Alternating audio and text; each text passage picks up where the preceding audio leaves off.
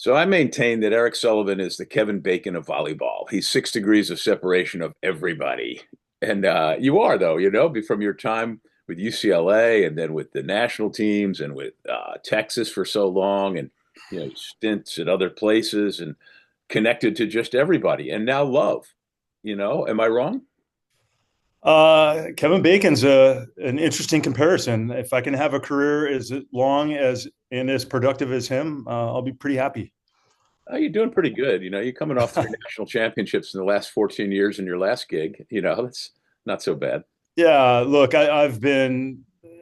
I don't know. I don't think you're just lucky in your stuff. Like I think you got to work hard at it and do some things. But I've been very fortunate to be around some great groups of coaches, great groups of athletes, at all kinds of different levels. So I'm really blessed and fortunate in my experiences. And again, I recognize that it takes hard work, but there's also some luck and some timing with things. And I don't know. I couldn't be happier with where things are right now.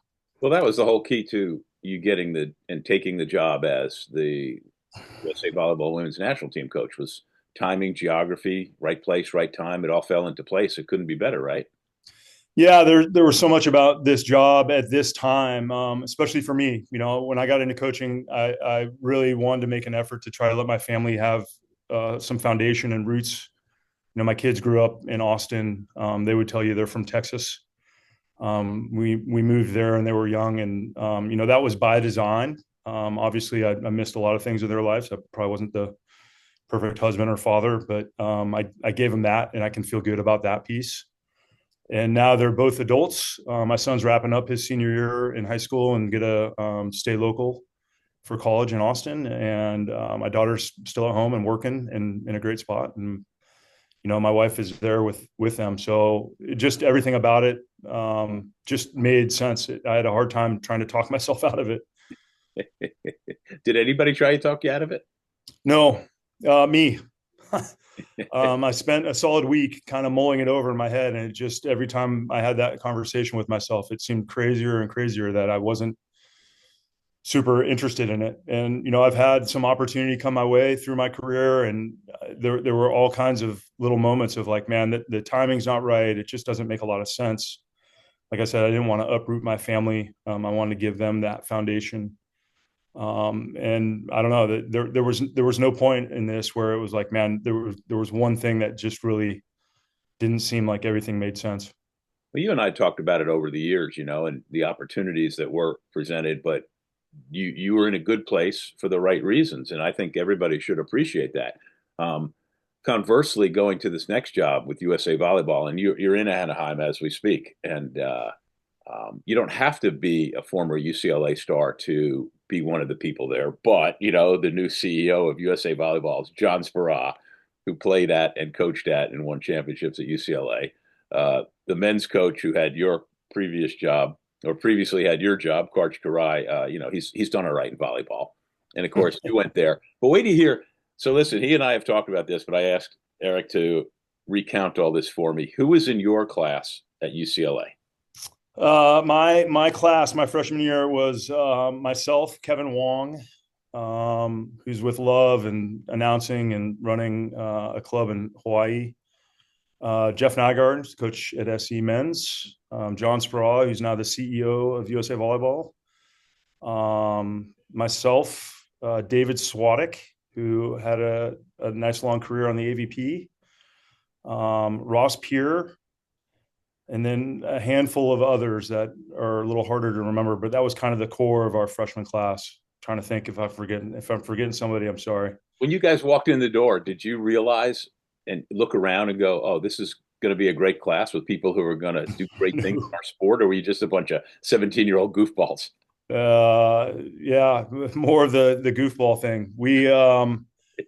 Swadek was a really highly touted recruit and walked in and was seeing playing time right away. Jeff Nygaard showed up and no one really knew who he was. And he had 2 or 3 weeks where he might have been the best player in the gym his freshman year. And then the rest of us were over on the other side of the infamous blue curtain, kind of beating each other up and laying the foundation for what was going to be a nice little run for 4 years after. We actually had some great times over there, and it was super competitive, as you can imagine. But yeah, personally, I didn't think I was in way over my head and trying to figure things out, and just wondering if I was even going to be good enough to play at that level. And I'm sure we were all having those doubts a little bit, but we kind of all hung in there, and it's kind of crazy that we're all pretty much still in it. When you came into college, there wasn't a libero, which you later became No, no, no, yeah. first libero. I was an outside hitter all the way through college, and then my first 2 years on the national team before the libero. Libero came in '98 World Championships in Japan. I think was the first tournament that the libero was implemented in. So that was my first stint as a libero. Back to UCLA, the class ahead of you, 1 year ahead of you, was a bunch of people worth mentioning. Yeah, man. Tim Kelly's in that class. Um, And you and TK are best of friends, and you know who you know, if you know anything about bringing USA tours and just the character that is the biggest TK you've ever seen. yeah, yeah. He was the best man at my wedding, and we've definitely spent some time together, not just here and hanging out, but around the world. We've had some crazy adventures. Yes, Being, that's a book being in itself. goofballs, Yeah, or TK and all of his trips with other people. But yeah. being 22 and 23-year-old goofballs in foreign countries. Oof. Yeah, but some really memorable times. Sealy was a year older. Dan UCLA Landry, coach. Yeah. yeah, also an Olympian. Gosh, man, I don't know the list, the crew that we had rolling through there went on to do some pretty spectacular things over their careers, And and behind even the ones that maybe are a little less known still played long professional careers in Europe. you, yeah. And then the class behind you was good too, right? Yeah, we had to carry a little guy named Stein Metzger along, get him going. Um, Gosh, who else? Brandon Taliaferro, who's on my staff, wasn't too far behind that. Paul Neapoli. I don't know. We just had the '95 reunion about a month ago. They actually celebrated the '95 reunion, the 30 year, as tragic as that sounds, '95 reunion, and the 50-year '75 reunion. So it was a pretty cool little group of, well, not little, pretty big group of former athletes from UCLA, and Al was there. It was pretty neat to see all those people. It, for those of you who don't know Al Skates, who coached 50 years at UCLA, was just an amazing character, and that would be a whole nother show. So let's. I want to talk about the job you're in right now in your office in Anaheim, and then of course you took the job also as the coach of Love Austin. Um, you talked when you first got the job about priorities. I mean, you got a staff intact, really good people, and you said you've already had practices. You got people in the gym. Yeah, we started getting athletes in the gym about middle of last week, getting them onboarded. We had just a pretty small group practice on Friday, just to get in and start touching the ball, and then had practice Monday and Tuesday. Um, So, are these with wannabes, some of the old guard, or a mixture? I don't know about wannabes. They're for sure they've done enough to warrant them being in this gym. They're Yeah, some of the Paris athletes, the athletes that competed on that Olympic roster are going to take some time. There's a handful of them that'll be in the gym this summer. Mostly some younger faces that have been around the USA program for a couple of years, but maybe not on the senior level. A lot of love athletes because they finished up early, and it gave us the opportunity to give them a little time off and then get in the gym and get going. So I don't know. We'll get up to 14 or 15 tomorrow, and then the other 15 will kind of trickle in over the next 3 or 4 weeks. That's nice. Yeah, so we'll get up to some numbers pretty quick. The approach you have to take with this um, national team over the course of this next 3 years and leading into LA 28 is a little different because and you've got so many seasoned veterans who may not be in the mix here in 25 and 26, maybe even as late as 27 because of their physicality, their age, but they still have the talent. And it's got to be an interesting mix for you of learning about these young players. I assume your VNL squad this year isn't going to look anything like your VNL squad and LA 28 team. Yeah, I mean, to be honest with you, who knows? It's we all say 3.5 years, and especially at our age, that seems to go pretty fast nowadays. But that's plenty of time for some things to happen. I've really tried to hesitate to think that far ahead of building rosters in my mind of what I think or what I hope. Mm-hmm. And, I think this next year is just going to be a lesson of being present, and here's the athletes that we have in the gym, and how do we put the best groups together every week and see the things we want to see and go compete in some matches. But I don't know. Everyone matures at a different rate. I tell players this all the time. Success doesn't come in a linear fashion. I think we all want it to, because it feels a little more warm and fuzzy, but there's ups and downs, and people matriculate and mature at different rates. And so, hopefully we get some good opportunities from some younger players and see what they can do. And then we'll blend in, as the quad goes on, and the players that are still interested, that still can compete at this level, that still have the physicality and the desire to do it, then we'll blend those athletes together and put a good group together. We have a tendency in America to think to ourselves, oh, from junior high to high school to college, and then they go right to the pros. But I mean, some of these kids, looking at this past season in Love, for example, Tia Jimerson has worked her way and toiled to get to where she is, and all of a sudden, Yeah, she can get into the mix a little bit. I use her just as one example. yeah, The absolutely. Abercrombie, who did so well at Athletes Unlimited and Pro Volleyball Federation. I don't know if either one of them is even in your gym, but these are players who you go, ooh, I never knew they could end up being this good. Yeah, yeah, I agree with you. I think that's one of the things that the domestic leagues will do for us is they'll kind of, I don't know how to describe this, but maybe widen the upper third of the pyramid for us. I think they'll give players maybe a little longer runway and more opportunity to go develop that may not have gotten that chance without having that opportunity available. Maybe they go and they're playing at a really low league in Europe if they can even get a job, or they're just kind of toiling around somewhere in the world and not really developing. I think that those leagues are going to give a wider group of athletes more opportunity to develop. I think it'll be great for us. So you're going to be the Love Austin coach. And for anybody who doesn't know how it turned out, Love lost its coach at midseason. Chris McGowan filled in. Love was the fifth seed in a 16 tournament and wins the Love finals. And, you know, tough act to follow, right? So Chris McGowan was a great interim. That team is filled with, I think, 10 Texas X's, all of whom played for you at one point or another, almost.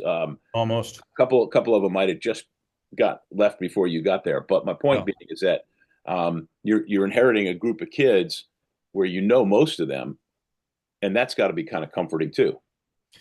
Yeah, look, for sure, tough shoes to follow. Obviously, when we get there, we'll talk about, the goal is to go win it, and we'll figure out what that path looks like to try to achieve that. But yeah, some familiarity there, which is awesome. But also just excited the opportunity to go coach more. I think that's the biggest piece for me. The opportunity to go not just coach matches, but tinker and play in the gym and figure out. I think I've got a pretty good feel systematically of how I want my teams to play. I think there's a way and a style of what I think good teams should do, and to get in the gym and be able to mess around with that and find good ways to train those systems. I think is going to be invaluable for me. And then obviously the chance to go coach in matches, that's probably the biggest thing that I need right now. So, I'm going to coach the NORCECA Final Six group here at the end of the summer. We will have gotten back from Worlds, and not had a ton of time off, but I just think, again, another valuable opportunity for me to be around maybe some younger athletes that have a shot to be in this gym, but also the opportunity to go coach more international matches. I just think that part is something I've got to lean into pretty hard here. No, because it's untraditional for the Olympic coach to coach a pro league like this, and there's pros and cons, I'm sure, but you've got at the very least, Chiaka Agbo, I don't know, Chi. Bagu. Oh, thank you. I always just call her Chi, which Yeah. but now she's not going to be back with Austin. But Yeah. Madison Skinner, for example, has certainly elevated herself to top prospect status for the highest levels. There are other players on that team who have a chance to be in the mix. Yeah, look, I mean, there's same kind of thing. This obviously didn't just happen in a vacuum. we'd been talking about it with Love and with USA Volleyball about the pros and cons of it. It's actually untraditional for USA coaches to do that, not that untraditional, non-traditional for some other foreign coaches of national teams to do it. I think there's a ton of value. Again, like I said, it's important for me to get the opportunity to coach in matches, but also to be around some of the athletes, to get to coach them, to see how they're progressing, not just on my team, but also around the league. The whole league, yeah. Yeah, I keep saying this. I was in charge of defense in my former job. I think I knew the rest of the conference maybe better than I knew our team, because you spend so much time analyzing those people, and at least as a defensive coach, I knew everyone's numbers and rosters and the 3 years, what they had done and how they had progressed and what kind of year they were having and where their weaknesses and what their strengths were. Like, I knew everything about them. And so I think that part of coaching in the league leads into that. It's easy to sit here and watch and analyze some stuff, but when you're preparing and competing against them, I think it's a different deal. So, I just think the ability to have that familiarity, not just with the Austin athletes, but the Love League itself, I think will be pretty invaluable. Well, I told you it's 900 seconds, which is 15 minutes, and we're way over, but it was worth it because everything you said is gold. I appreciate it. You've always been one of my favorite guys, and I'm really happy for you that you're in this situation, and it's kind of cool. Yeah, I appreciate it. It's super cool. It's not kind of cool, super cool. I kind of wake up and have that moment every morning of, man, I get to do this. This is pretty awesome. So 6 degrees of volleyball separation with Erik Sullivan. Thanks, Sully. thank you.